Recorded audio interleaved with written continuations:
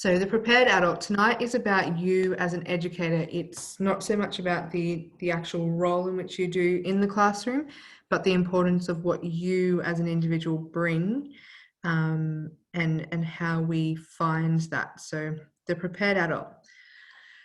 The training of the teacher who is to help life is something far more than the learning of ideas. It includes the training of character. It is a preparation of the spirit.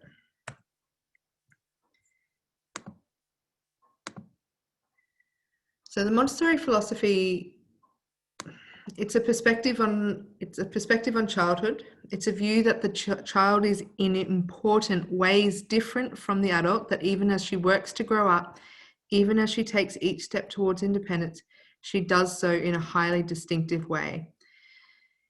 It takes work to understand the Montessori philosophy. It's not something that you can read a book on and know everything about the first time you hear about it.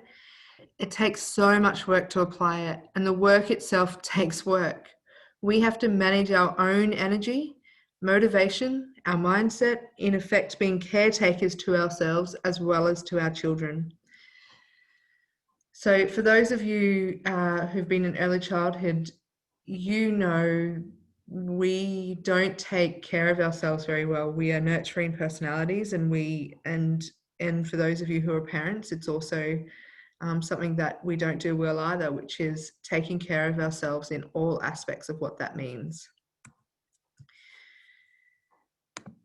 For a Montessori classroom to work, and for you as a Montessori educator, you really need to understand how much preparation you need to do, and the ways in which you can do it.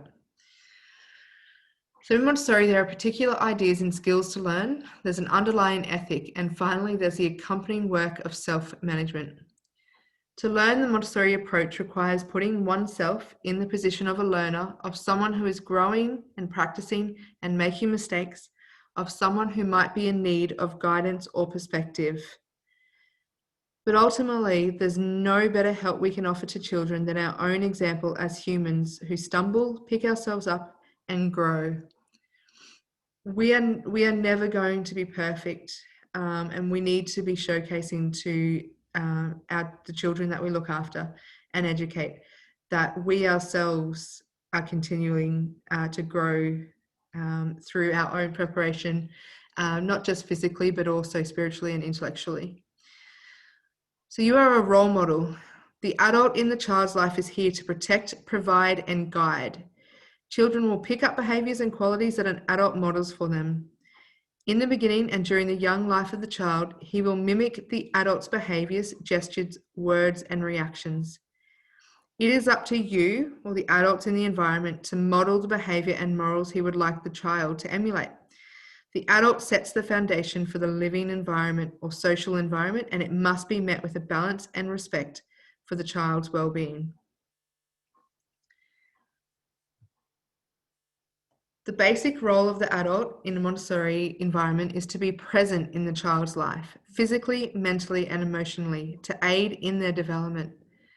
The adult, whether she is a parent, family member, teacher, or other, must be fully prepared and educated in the needs of the child and that development. Adults must practice to become passive when the child is at a moment of discovery and active in a moment of true need. They must be able to tell the difference as well. The adult must be a model in which the child can positively imitate. The adult must help guide the child through their life, but leaving the child free to develop their own will, independence, and ability to make their own choices and decisions. The adult must always be a consistent, stable entity in the child's life. This will provide the child with a sense of security, routine, and love. So we are all individually role models in our room and in our classrooms and our centres, or in family daycare settings or schools, depending on where you're coming from. The importance of understanding the impact you have on children, and we see it when we're sweeping and the young children pick up a broom and copy us. We see it reflect in children copying their parents. So, depending on what type of household they're coming from, They will emulate and show us, especially as their carers and educators, what they're being exposed to at home a lot of the time. So it's important to understand how much of a role model you are to these children day in and day out. So the adult preparation must be given on 4 levels. Physical preparation, which includes the care for the body and health, how you move, how we dress, and how we present ourselves. The spiritual preparation. So the spiritual preparation of the teacher can include whatever is found to be deeply meaningful. It's when we connect with our hearts, we create more peace in our classrooms and nurture the inner lives of the children as well. The intellectual preparation. So the adult must continue to research and read to prepare him or herself, understand that we are all interconnected, and to better understand the world we live in, we must observe and be prepared. Professional preparation. So as a Montessori guide or teacher, there is a deep understanding and knowledge of the absorbent mind, the natural tendencies of the human, sensitive periods, and the 4 planes of development. As adults in the child's life, we must remember we cannot give what we don't have. We need to remember to never interrupt a child that is engaged in his or her work. We need to know we can be a new person every day and see the same child as new every day and avoid living to other people's expectations. So participating in training like tonight is part of your professional preparation. But tonight you are learning about the physical, spiritual, and intellectual preparation and the importance it has on you becoming a true Montessori educator. So physical preparation. Remember, Maria Montessori is 150 years old and she died in the 50s. So some of her reading and writing, a lot of her books write with language that wouldn't be classed as politically correct in terms now. So the directress must prepare herself both physically and spiritually. In regard to the physical preparation of the directress, the teacher must also must be attractive, pleasing in appearance, tidy and clean, calm and dignified. The teacher's appearance is the first step to gaining the child's confidence and respect. The teacher should study her movements to make them as gentle and graceful as possible. One of the things, magic I've had of traveling the world and visiting Montessori classrooms and the different teachers and educators I've met is the grace in which Montessori teachers move through a space. Whether it's the classroom or at a conference, they have this aura or this vibe around them that is calm and gentle and soft, and it makes them approachable most of the time for everybody. And so you can imagine in a Montessori classroom how that feeling, that vibe, how that helps and attracts all children. And so as much as Maria Montessori uses the word attractive, we're not talking about you need to be a supermodel. It's about being your best self. So when we talk about that, we must look at our own habits and see if any of them get in the way of our work. So this can include making sure that we eat right, we exercise and get enough sleep. We need to have an intellectual life of our own and the opportunity to express ourselves artistically. So showing up in clothes with holes in them, or wearing leggings that you can see through, really focusing on how we present ourselves and the respect we show that we have for ourselves to the rest of the world. I know that we work in an early childhood sector and that comfort comes first, and comfort is important, but we need to be professional in what we are doing as well. So we have a uniform policy for a reason, as do many services. And for those who have your own businesses or family daycare, really putting into context what you want the world to see you as. And if that is as a professional, then presenting yourself professionally. Self-care looks different for everyone. One person might pray, another might meditate, some will walk in the bush, others will swim at the beach. Some will play a musical instrument, others will paint or sculpt. We are as different as the children are. Our goal is not to all be like each other, but to know who we are and find our best ways of expressing ourselves. So 60, 70 years ago, you know, tattoos might have been seen as taboo or rebellious or what have you, but they are a normal part of our day-to-day life. And that is why as an employer or somebody, I don't deem tattoos unprofessional. What I would, you know, and I think that they are widely accepted by society nowadays. But there are things in which we understand about the developing child that we need to take into consideration. So things like, and I'll use Jason for those of you who know him as an example of, the child has a sense of order. And for instance, Jace would wear for years unmatched socks, which is part of his personality. However, something that we needed to raise and look at is whether or not that is helping the child's need and sense for order.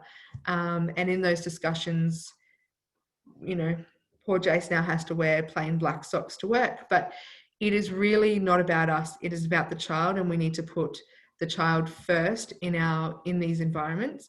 And we need to look at our physical preparation and ensure that we're meeting the needs of all of those children. So who are you? So visualize a Montessori environment. You see the beautiful shelves, the materials, the animals, plants, the tables, the rugs. It's beautiful. Something is missing, and that's you. You are part of the prepared environment. Do not put all your efforts into dusting the shelves and arranging the materials and color coordinating the trays, but not spending any time developing yourself. How are we to go about preparing ourselves for the great task of facilitating the child's learning process? We must practice personal silence and reflection. We must become still. We must become calm. We need to spend time in nature. We need to find ways to keep the noise of the world out of our brains and to find a level of stillness. It is much harder to learn to be silent than to learn to talk. So for those of you who may suffer from anxiety, for instance, you may find that, you know, we fill silence by talking nervously because silence makes us uncomfortable. And for those of you who don't suffer anxiety, it can still be the same thing, is that as adults, we have a fear socially of things being silent, but we need to learn how to sit in silence and how to calm and slow our world down. So we've spoken about physical preparation, the appearance, our mannerisms, so the way in which we move through a space. So, you know, we use hand gestures. We don't want to be standing in our environment with our arms crossed with a face that isn't approachable.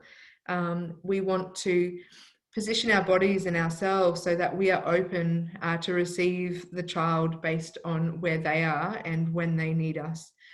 How we walk and move in the environment, we run through a classroom, we're in a rushed state. We know what it's like when we are behind time in our own personal lives, or some of you might remember your parents being like that when you're rushing from one place to the other, and how that makes you feel as an outsider watching that. As educators, we need to provide that calmness in the way in which we move through the space, the way in which we sit, we stand, we talk, all of those things. That physical preparation needs to be thought about in each and every moment. But just as important, if not more important, is the spiritual preparation. So in considering the spiritual preparation of oneself, the director should be sure to have a great deal of respect in the human spirit of the child. She should focus on the child, not herself, and in doing so, she will learn from the child. The classroom, what our career, our job, our task as a Montessori educator, it is not about us. It is about the child. We should be able to cultivate the ability to see and not judge, to have compassion for the child, no matter what emotion they're going through. we must be able to cleanse ourselves of pride and anger, which is ego. We must be willing to grow and change, have a sense of humor about ourselves, and recognize that our own habits are absorbed by the child. We need to learn self-acceptance of all of our imperfections and work on changing them with an honest desire to improve, to have a love of life and enthusiasm for living, and be well-adjusted and free from stress. Many of you who have known me for a number of years in the Montessori setting, Montessori aligns with me so much as a person, not just an educator, because of the personal development aspect. This is not just something that I talk about continual improvement. It's something that we talk about in early childhood. We have quality improvement plans, and we need to be looking at continuous improvement, not just as a service, but more so in ourselves. As Dr. Montessori said, a good teacher does not have to be free from faults and weaknesses. We must be taught, and we must be willing to accept guidance if we wish to become effective teachers. We must be open for feedback, for constructive criticism, to ask or to accept ideas from other people or from those who have more knowledge than us, to look at how they can guide us through becoming better, more effective teachers in a Montessori setting.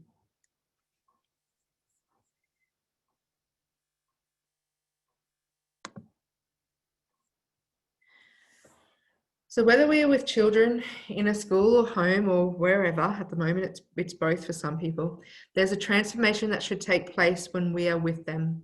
Adult concerns and personal issues should be left behind. We are in a human business, a human career.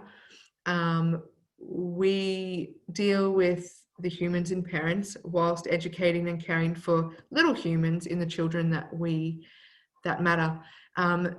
Montessori is an aid to life. It's not just an education curriculum, but these children do not need to be exposed to the anxieties and stresses that adult life brings, and they should be left out of the classroom and out of the childcare setting.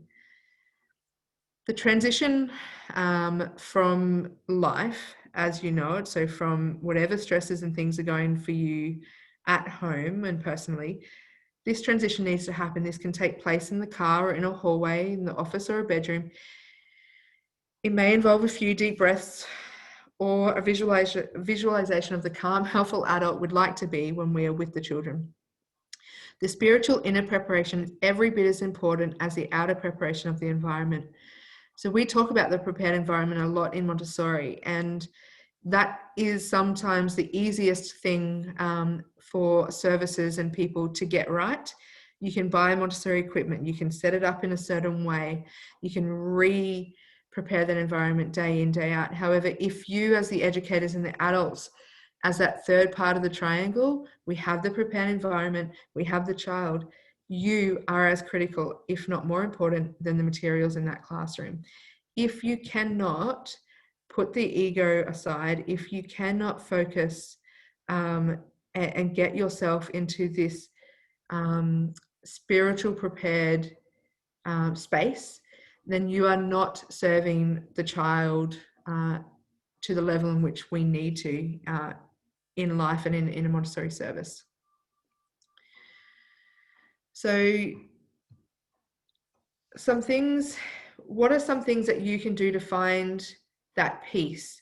So for some, I know that my mother used to say all the time, just breathe when things would get hard when I was younger. And that would absolutely drive me insane and make me, if not more frustrated. However, over the many years of personal development that I've been on, for me, art is the thing that is my meditation, is my calm. I'm not somebody who can do yoga and switch off. But if you can find the little things that bring that level of calm for you, your whole entire life, not just your workspace, everything seems a lot easier. really being self-aware of yourself, of you, and what you need, aiming to be compassionate always, and really to honor the spirits, the genuine spirit of each individual child in the classroom.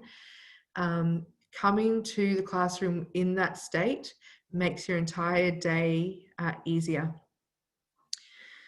So the intellectual preparation. So we need to understand child development in order to apply our love of children towards assisting in their self-construction. Education must be inspired by a deep love for life. As I said earlier, we don't just teach children numbers and letters and, songs to sing. We are teaching children about life and how to be lifelong learners. And as educators and people ourselves, we need to have a love of learning. And that can be really difficult depending on your schooling and how you felt about that experience. However, finding things that interest you and to study them, and not formally, not just through RTOs and universities and things like that, but informally as well. It must be there, because it's the same as we say to parents. Children, if you want your child to like reading, they need to see you reading. They need to see you doing it for enjoyment, just for pure joy. If they never see you reading, or anybody in their life reading, then why would they find the joy in it? The adult must continue to study other areas of personal interest. Be that lifelong learner, always interested in learning and exploring new areas. Meanwhile, you're strengthening and deepening learning in the Montessori philosophy and in the relationship with the child at hand. So many of you who have been studying for a long period of time, some of you are brand new to your course, but Montessori, learning about the Montessori philosophy never ends. Whether for me it's my 7 years into the journey, or for some of you who are on tonight, it's 2 weeks into it. It never ends, and it gets deeper and deeper, because, as I said, Montessori is about life. It's not just about the classroom. So really finding and understanding yourself, becoming self-aware, and finding things that interest you and learning about them and talking about them to the children helps you become a lifelong learner, but also to show them that learning is for life, and that adults enjoy it as well. They may not get it at home. So it is up to us as educators to role model the opportunities, and to role model that learning can be amazing and should be and is for life. And then professional preparation. So the role of the directress involves being knowledgeable in the field of education and participation in the community. You should understand child development theories and how they integrate with the sensitive periods. In Australia, we have the early years learning framework. We must be studying, whether that's your Cert 3 diploma, bachelor. There is a legal requirement for us to have an understanding of child development. For us in a Montessori setting, we are talking about Montessori more than anything else. So you should know the curriculum and understand the purpose behind the design of the materials. Understanding the why. When I first started studying Montessori, I was the annoying student who would ask why. Why is the pink tower pink? Why do the numbers have to be yellow on a green backing on the tactile numerals? Why are the red rods red? All of these, it sounds silly, but I would ask why on almost everything that was put forward to me, because without it, it didn't make any sense. Learning about the knob cylinders in the sensorial equipment, learning the history behind it, that they were modeled by Maria Montessori off pill presses from 100 years ago. There is reasons why, and that's the history, but what they do for the child's development with their visual discrimination is amazing. And not just that, it has the indirect preparation for writing by increasing their fine motor skills and their pincer grip just through their design. So you need to understand the materials in your classroom more than just how to present it. You should be willing to communicate with and to educate parents about their child and the Montessori method. You should be actively helping parents become involved in the classroom and the centre. This is extremely difficult in COVID at the moment, and having the new service, having, for instance, a new service in Darra where they cannot have parents come through the doors and never have since they've opened. Building that community is extremely difficult, and that understanding of Montessori. You should be able to work cooperatively with fellow educators, and you should participate in affecting social change within the community. But that is being a global citizen. That is understanding who you are and having that self-awareness and what do you stand for, and having a place within your community to affect whatever that is that you're passionate about. So Montessori knowledge, we are the link between the child and the prepared environment. As I said before, Montessori has the triangle. We have the child, we have the prepared environment, and we have us. It is our responsibility as individuals and collectively as teams to have as much Montessori knowledge as we possibly can. Our job is ultimately to observe the child and to see what materials would best facilitate that child's growth. We must offer that child our assistance unobtrusively and objectively. If you don't have the Montessori foundation, if you don't do the Montessori study, if you don't believe in it, no matter what you do, it won't work. You need to look internally, make sure that you align with it, and then learn to observe the child without any preconceived ideas. And we talk about observation in a separate session coming up, because it is such a big part of how, as an educator, we work in the classroom. We must not view the children as being there to meet our own needs. We exist to serve the children. And that may sound that it doesn't mean, we are servants. It means that we design the classroom just for the children, and we must serve the child. We must serve the child in the way of, we are there for them. We are not there to fulfill anything that we are lacking in our own personal lives. So the Montessori adult, so you've gone through the preparation, and the Montessori adult has strong respect for childhood. So you see the amazing, unrepeatable magic of childhood. In their entire lifetime, a person will never do a job as important as they do in childhood. The child's job is to build the adult. In the first 6 years of life, an individual's language, culture, and personality are constructed. This is the critical part of a child's life. The individual. So the Montessori adult understands that it is not important or beneficial for a person to mold their personality simply to fit the box. The Montessori adult aims to help children to find their individuality and feel safe to express their ideas and creativity instead of asking them to aim for an arbitrary right answer. And it is important as an educator to have that individualism as well. And so things like, can you color your hair? Can my tattoos show? All of those parts are of individualism. And this is where we are at with physical preparation and society, and where that actually fits, because it's important to show you individualism, but you also need to have a professional appearance. So, it's balancing that line. The rights of the child. So the Montessori adult knows that a child is a human being who deserves equality.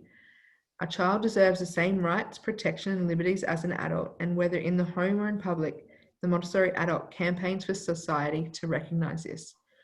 We need to be super passionate about the rights of the child in all elements, not just from an early childhood sector, but from a Montessori space. We are advocating for global citizens. Our environments have forever allowed all children, doesn't matter about race, color, backgrounds. Montessori has always been and started in places for all different types of children. So really ensuring that you are there, not just as a job, you are doing what you are doing because you completely believe that the child deserves equality. The responsibilities of the child. So Montessori adults know that it is a compliment to bestow a child with responsibility because it demonstrates that the child is a competent, capable, equal member of society. So if you do not believe a child should be preparing their own food or making their own orange juice, or allowed to make the decision to go to the bathroom, and they can make that decision. If you need to be over the top of them, if you need to be doing everything for them, we are not approaching the child from a Montessori perspective. So it's really being okay with a child having responsibility and being able to provide an environment and allow yourself to let that happen. The importance of time. A child deserves time. A Montessori adult recognizes that children require time to explore, experiment, attempt, and repeat and revise new experiences and skills over and over. They simply have not experienced the majority of the world, and so things which are mundane to an adult can be mesmerizing to a child. Life is new and wondrous to them, and they deserve time to explore it so that it can remain amazing for as long as possible. We forget that we have spent, 34, 40, 20, 19 years doing things that children are doing for the first time. If you can remember your first times, the first time you ate watermelon, the first time you went for a swim, the first time you saw a caterpillar become a butterfly, those little moments, those things that we take for granted, the children are experiencing and feeling the magic in all of those moments.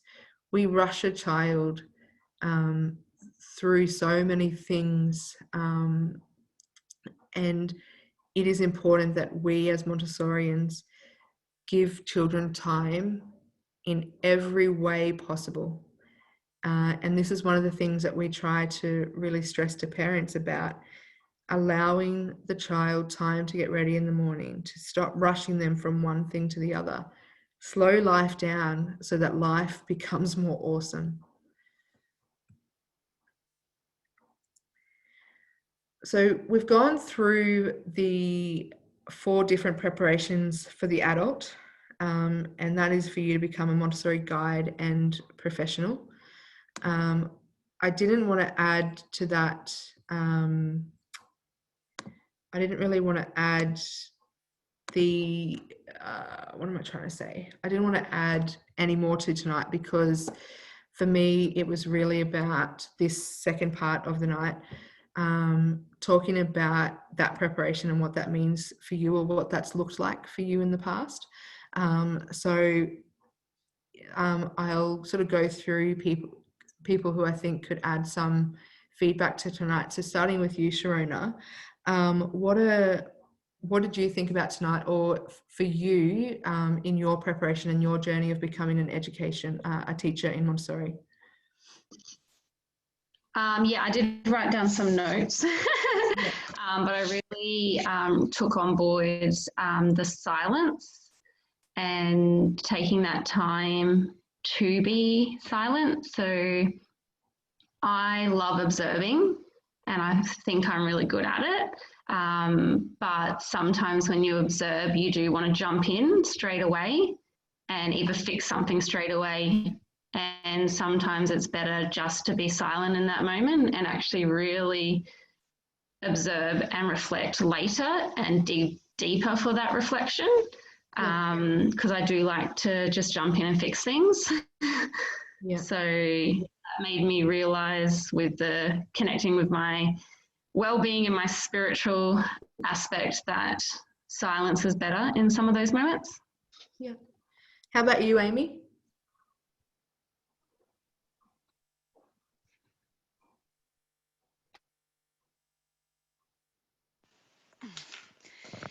Yeah, just for me, be more taking the time to sort of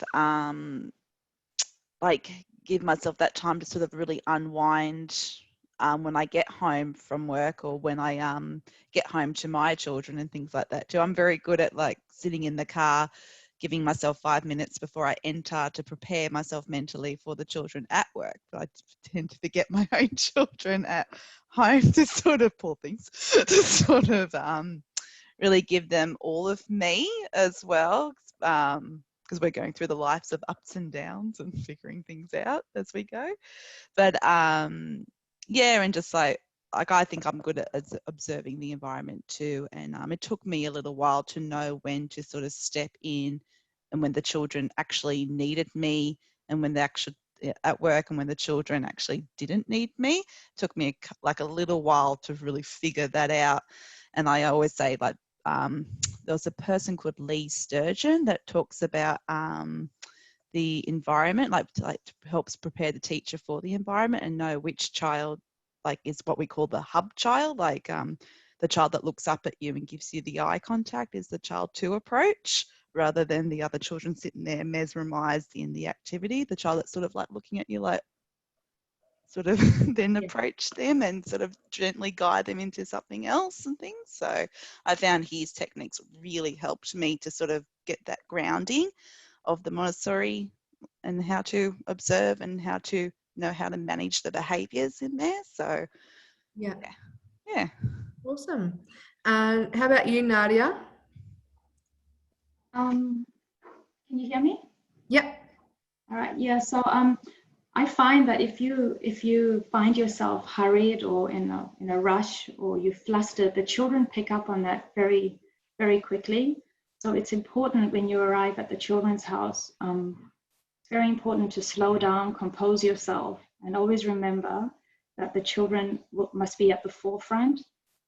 You must relinquish all your own agenda and allow the children to lead.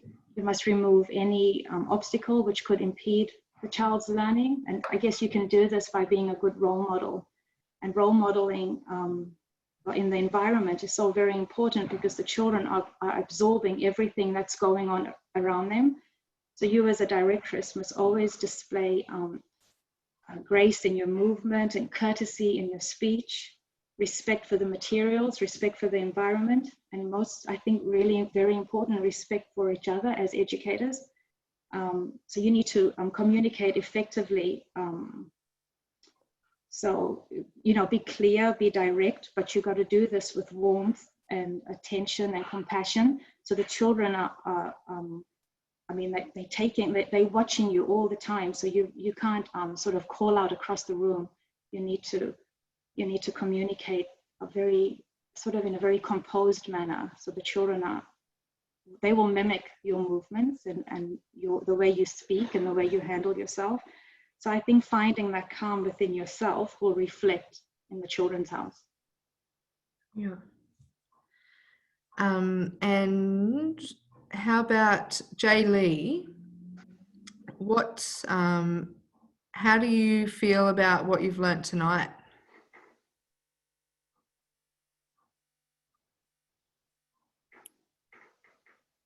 If she's listening. Steph, we'll jump to you. Coming from mainstream to a Montessori setting, what are your thoughts around the the difference of preparation that's required to be in a Montessori setting? I think for my own personal preparation as well, it was like you said, just composing yourself and becoming quieter and calmer when you enter the setting, and everything like that is really important.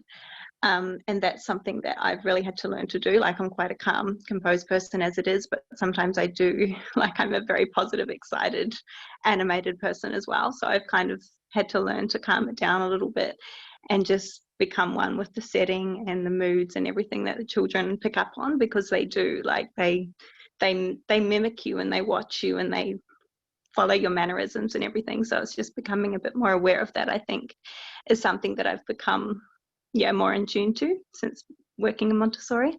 Yeah. Jay Lee, how about you? You've worked out how to get off mute?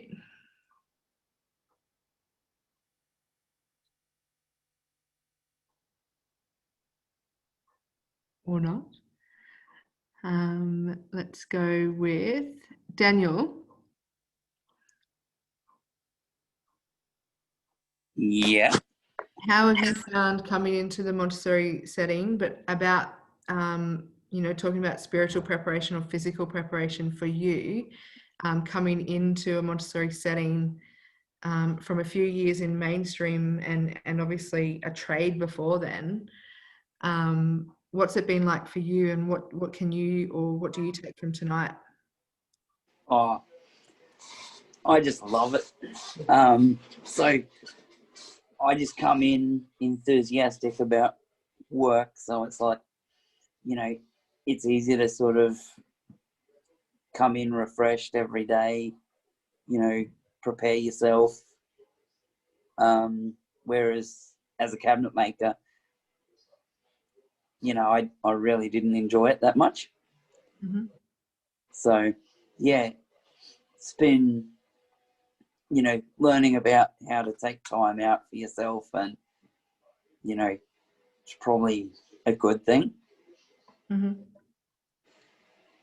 So what are some things that you think you could do, like, for instance, when it gets frustrating in the class, like when the children aren't listening? Did you take anything from tonight that can help you with those moments? I definitely, take, a few deep breaths and compose yourself, Mm-hmm. I think, is a big one. Cool. How about you, Kylie?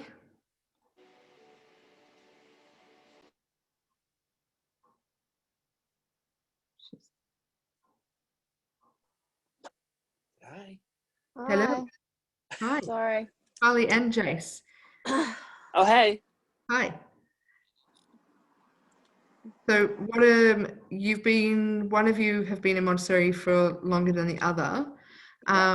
What are some things that you need to do to prepare yourself coming into a Montessori setting each and every day? Or what did you take from tonight? I always make sure that I am leaving my home life at the door when I walk in. Mm-hmm. Because obviously being a mum of two, it is quite a stressful morning, getting them ready for school and everything. So I try and make sure that I do leave that and make sure I get myself all composed and ready for the day and focus on the activities, and also making sure that the room is ready. Mm-hmm. And that gets me in the right frame for learning and planning what I'm going to, not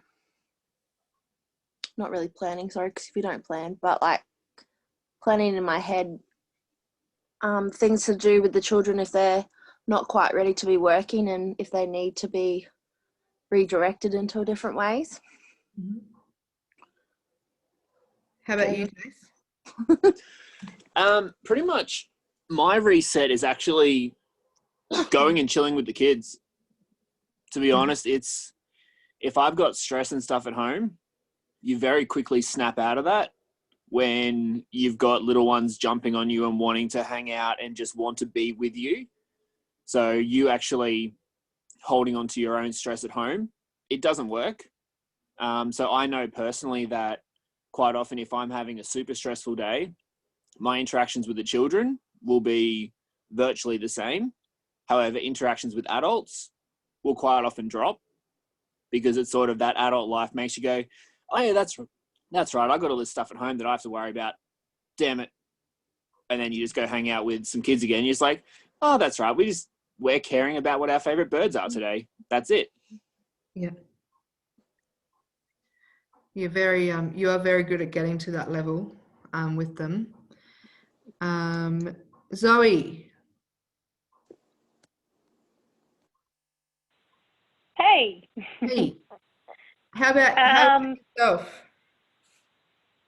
I think with me, it's just making sure I'm composed. Like Kylie, leave anything that's happened at home, stressful morning with the kids, or something that's upset me in home life. I just need to. try to come with a clean slate and just make sure I leave that at the door. and just making sure, you know, that the room feels prepared and that I sort of know where I'm heading in the day before I leave the children in the same way. So, yeah. Yeah. How about you, Kerry?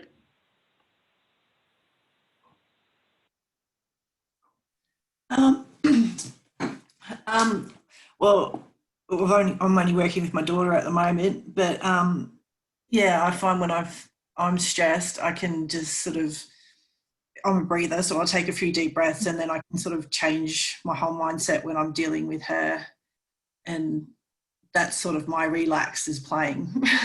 Yeah. Stuff. So yeah, I think there's something in that breathing thing, but I just won't tell my mother. works for me. How about you, Lauren? I think that something that I like took from tonight is definitely like preparing yourself mentally and physically to be in the space with the children and not carrying on whatever mood you're in before work into the space of the kids, because they definitely feed off of that. Yeah. Awesome. And Sapphire?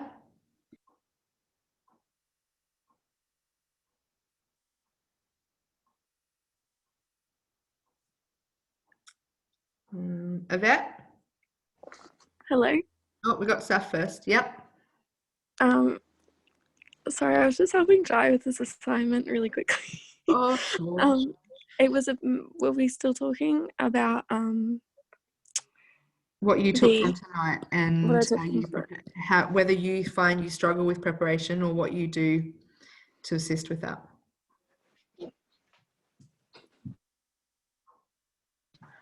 I definitely sometimes struggle in the mornings resetting sometimes, because we're still a little bit unsure of how we want the room set up sometimes, and so sometimes I can get a bit struggling with that. But I think I took from tonight just to make sure that I give myself time to prepare that sort of thing. So get in a bit earlier, give myself some time to figure it out and reset that way, and give myself time to be calm and get ready for the day.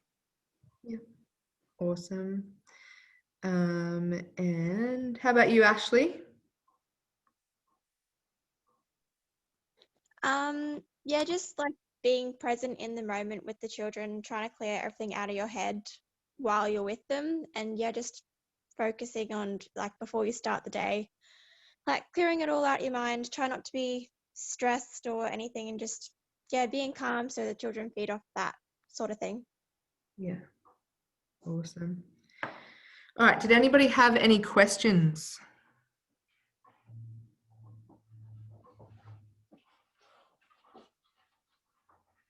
No?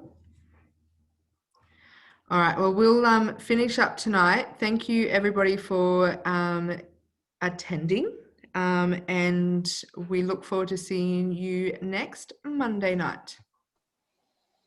Awesome. All right, well, thanks, guys. Thanks, bye. Bye. Good night. Bye-bye. Bye.